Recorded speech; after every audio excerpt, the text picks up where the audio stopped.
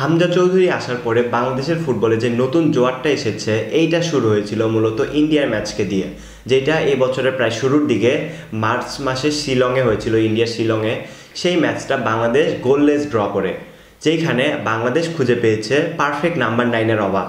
আমরা যদি সেইখানে একটা পারফেক্ট নাম্বার 9 অথবা ভালো একটা উইঙ্গার পেতাম, অথবা একটা দুইটা ভালো উইঙ্গার পেতাম, সেই ম্যাচটা বাংলাদেশ মিনিমাম 3 থেকে 4টা গোল দিয়ে উইন হইতো, 4-0 গোলে উইন হতে পারত। যেখানে আমরা ফার্স্ট হাফেই দেখেছি 4টা গোল মিস করেছে বাংলাদেশ, যেখানে কিছু সিলি মিস্টেক্সের কারণে বাংলাদেশ একটা গোল করতে পারে নাই। অ্যান্ড সেকেন্ড হাফেও সেখানে সেম কাহিনী দেখতে পেয়েছি আমরা। বাংলাদেশ প্রথমের ম্যাচগুলোতে, মানে হামজা চৌধুরী আসার পরে প্রথম ম্যাচগুলোতে যে সমস্যাগুলো আমরা দেখতে পেয়েছি, বাংলাদেশ গোল করতে পারছিল না।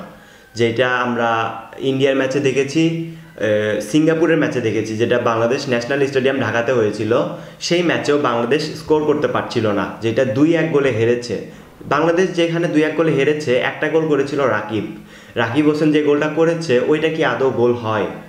ওইটা সিঙ্গাপুরের গোলকিপারের একটা সিলি মিস্টেকের কারণে বাংলাদেশ একটা গোল পায়। রাকিব তো সেটা গোলকি সোজা মেরে দিয়েছিল, গোলকি মিস করে বিদায় বাংলাদেশ গোল পায়। তাছাড়া কিন্তু ওই গোলটাও বাংলাদেশ পেত না। আর বাংলাদেশ যে দুটা গোল কনসিড করে, সে দুইটা গোল কিন্তু মানে হওয়ার মতো গোল না। যেখানে সাদুদ্দিনের মিস্টেক আছে, তারেক কাজীর মিস্টেক আছে, যেই কারণে দুইটা গোল বাংলাদেশ কনসিড করে। আর এই দুইটা ম্যাচের পরে বাংলাদেশ আরও দুইটা ম্যাচ খেলে, একটা হোম একটা অ্যাওয়ে, দুইটাই ছিল হংকংয়ের এগেনস্টে। হংকং চায়নার বিরুদ্ধে বাংলাদেশ হোম একটা অ্যাওয়ে ম্যাচ খেলে। এই দুই ম্যাচে আমরা যেই সমস্যা ছিল যে বাংলাদেশ গোল করতে পারছে না, সেই সমস্যা কিন্তু সমাধান হয়েছে। বাংলাদেশ এখন গোল করতে পারছে। হোম ম্যাচে আমরা 3টা গোল করেছি, অ্যাওয়েতে একটা গোল করেছি। যদিও হোম ম্যাচ হারি, অ্যাওয়ে ম্যাচ ড্র করি, এটা আপনারা সবাই জানেন, কিন্তু বাংলাদেশের যে সমস্যাটা ছিল গোল করতে পারছে না, সেইটা কিন্তু সমাধান হয়েছে। বাংলাদেশ এখন গোল করতে পারছে।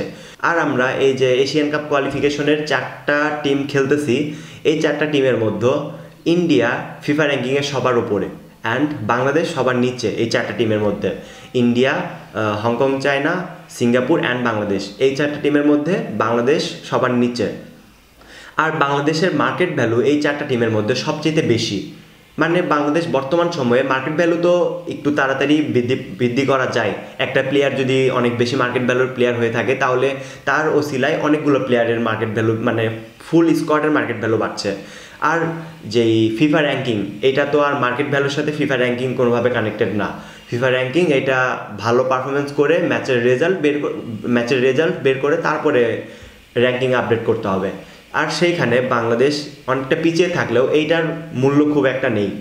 ইন্ডিয়া সবার উপরে থাকলে সেটার মূল্যও নেই, কেননা ইন্ডিয়ার বর্তমানে যে টিম রয়েছে তাদের ইতিহাসে, আমার মনে হয় তাদের ইতিহাসে সবচেয়ে খারাপ টিম এইটা বর্তমানে যেটা রয়েছে।